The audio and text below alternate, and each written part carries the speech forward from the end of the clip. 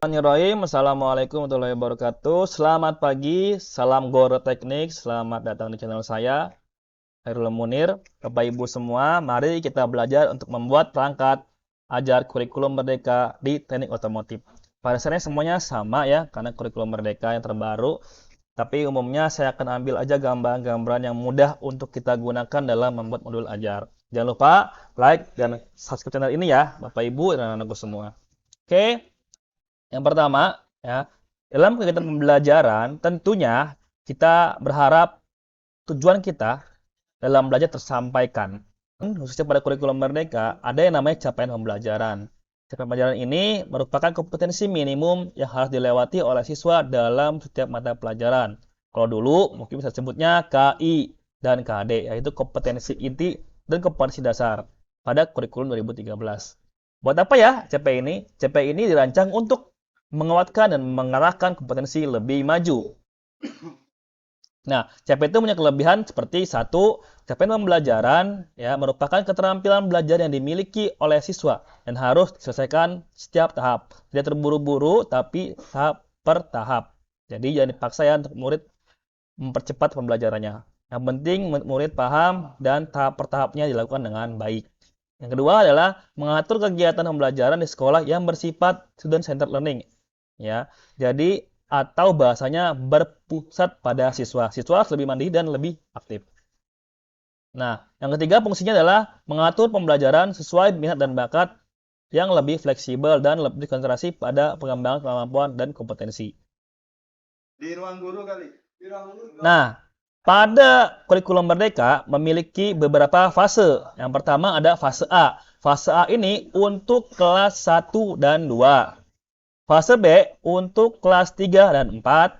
Fase C untuk kelas 5 dan 6. Fase D untuk kelas 7, 8,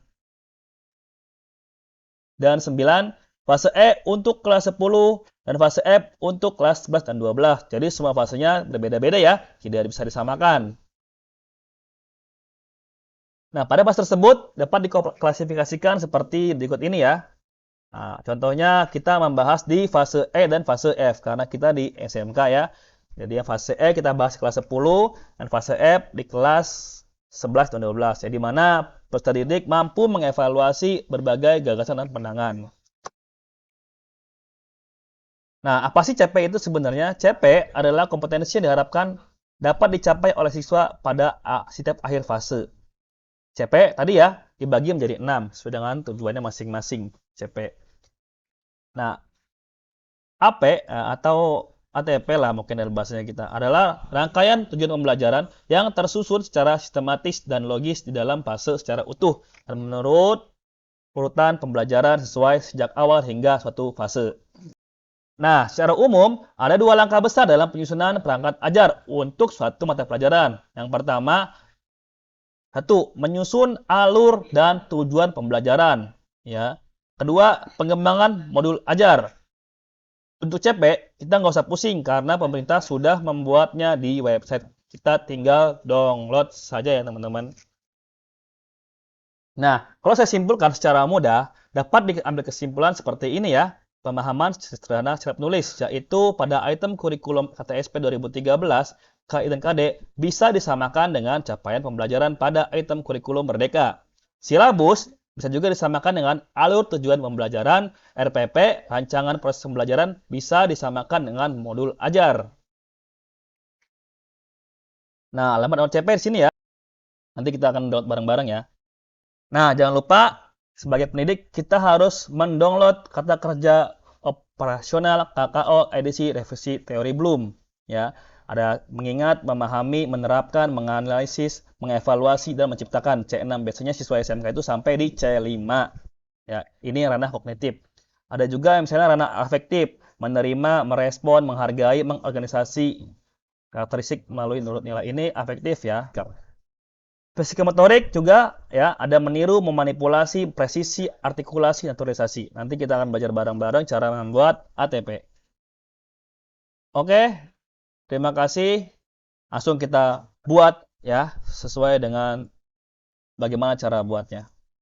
Teman, kita klik aja ya kurikulum www.kemdikbud.go.id. Tidak muncul ya, tinggal diklik aja teman-teman semua. Nah, ini kayak gitu teman-teman ya. Nanti kalau sudah jadi seperti ini, kurikulum.kemdikbud.go.id. Jadi sini teman-teman cari yang SMK ya. Kita akan buat modul ajar yang dasar-dasar program keahlian teknik otomotif kelas 10. Kita bisa klik yang teknologi manufaktur dan rekayasa teman-teman. Cari teknik otomotif. Nah, di sini ada lagi fase E karena kelas 10 untuk fase E teman-teman semua ya. Kita tunggu.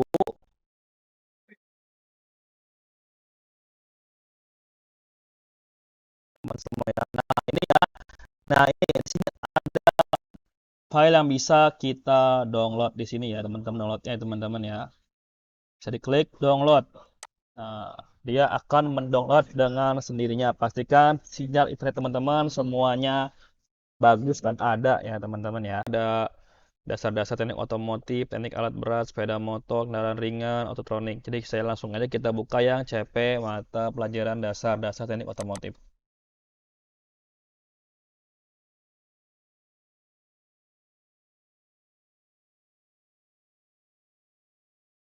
Teman-teman, ini covernya dari capaian pembelajaran dasar-dasar teknik otomotif fase E untuk kelas 10. Nah, di sini banyak banget pembukaan-pembukaannya tentang memahami capaian, merumuskan tujuan, menyusun alur, merancang pembelajaran dan asesmen. Jangan lupa di sini ya, kita fokusnya pada elemen. Jadi di sini ada elemen-elemennya dan juga deskripsi-deskripsinya. Yang pertama contoh proses bidang otomotif secara menyeluruh mengenai bisnis. Deskripsinya juga meliputi proses bisnis bidang otomotif secara menyeluruh pada berbagai jenis dan merek kendaraan, serta pengelolaan sumber daya manusia dengan memperhatikan potensi dan kearifan lokal. Jadi nanti teman-teman jangan lupa membuat yang namanya ATP, alur tujuan pembelajaran. Ini teman-teman ya. Jadi di sini ada alur tujuan pembelajaran. Di sini ada sistem pendidikannya, sekolahnya apa, bidang keahliannya di mana, ya, program keahliannya apa. Ini otomotif bagi sekolah kurikulum yang merdeka ya. Terus ada mata pelajarannya apa, tahun pelajarannya kapan, dari kelas fase. Kita fase E ya karena kita kelas 10. Jadi dapat dari mana? Ini semester. Jangan lupa buat kolom semester, urutan materinya, keberapa, alokasi jamnya, berapa jam, elemennya dapat dari mana? Dari CP yang awal kita download ya. Elemen di sini ada elemen. Nah, ini elemennya proses bisnis bidang otomotif secara menyeluruh. Terus pada akhir fase E, ini dapat dari mana? Pada akhir fase E, peserta didik mampu memahami proses bidang ini ada di deskripsi capaian pembelajaran. Kita masukkan ke sini ya. Contoh di sini. Nah, meliputi proses bidang dan bla bla bla bla. Ini dimasukkan ke CP daripada ATP. Nah, ini materi ya, bisa kita pisah jadi lebih simpel. Jadi pembahasan kita tentang satu, jenis dan merek kendaraan, dua, pengelolaan SDM. Ini sendiri ya di kode ini ada PBO yaitu singkatan dari proses bisnis otomotif bisa dibuat dan di breakdown sendiri masing-masing teman-teman ya. Saya membagi menjadi 5 yaitu yang pertama saya bagi lagi tujuan pembelajaran satu adalah peserta didik mampu memahami proses bisnis otomotif sesuai dengan sumber bacaan yang diberikan. Jadi dari mana memahami ini teman-teman? Memahami ini bisa kita dapatkan juga ya di KKO. KKO yang mana Pak Munir di sini ya? Ada di sini KKO. Ini masuk ke ranah kognitif yaitu memahami ya. C2 bisa juga diganti dengan kata menjelaskan, mengartikan, menceritakan, menampilkan dan lain-lain sesuai dengan kebutuhan belajar semua teman-teman ya. Ada juga mungkin bisa menerapkan dan menganalisis mungkin kelas 10 sampai situ ya tahapannya. Oke.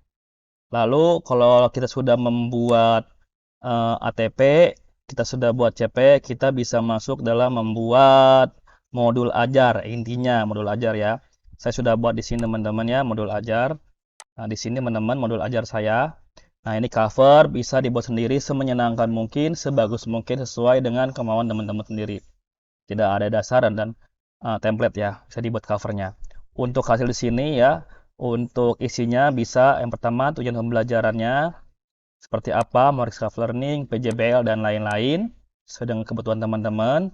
Lalu di sini pemahaman bermaknanya ya, seperti apa, pemahaman tentang prosesnya, terus hasilnya seperti apa, bengkel sepeda motor, mobil, dan lain-lain juga. Lalu ada pertanyaan pemantik, teman-teman. Mungkin ini adalah dasar ya, teman-teman, ketika sebelum mengajar harus memberikan pertanyaan agar siswa aktif dan mau belajar. Agak penasaran juga ya. Terus yang pada kegiatan pembelajarannya bisa dibagi menjadi beberapa pertemuan khususnya. Nah, di pertemuan ini dibagi lagi menjadi kegiatan pendahuluan, kegiatan inti dengan waktu-waktu sesuai dengan kebutuhan teman-teman. Juga di sini ada catatan. Yang terakhir ada kegiatan penutup. Seperti itu ya, per pertemuan. Hingga pada akhirnya, contoh saya membuat 5 pertemuan ini ya teman-teman. Nah, jangan lupa untuk membuat tanda tangannya. Yang pertama disahkan oleh kepala sekolah, diperiksa oleh kurikulum, dan kita sendiri sebagai guru mata pelajaran. Ya, biar bagus dan memang bisa dikoreksi oleh orang lain yang lebih cerdas daripada kita. Jadi seperti itu ya, teman-teman, cara buat ATP dan modul ajar. Untuk CP mudah ya, ada dan sudah bisa di-download di websitenya semua teman-teman ya. Oke, untuk sekali lagi ini modul ajar ini hampir mirip dengan RPP ya. Tuh ada kegiatan pendahuluan, inti dan lain-lain. Jadi cukup mudah buatnya, harus semangat karena kita sebagai pendidik harus mencerdaskan anak-anak kita. Ya. Oke, mungkin cukup. Banyak kurangnya. Saya harap bermanfaat. Sampai titik tadi ya. Wassalamualaikum warahmatullahi wabarakatuh.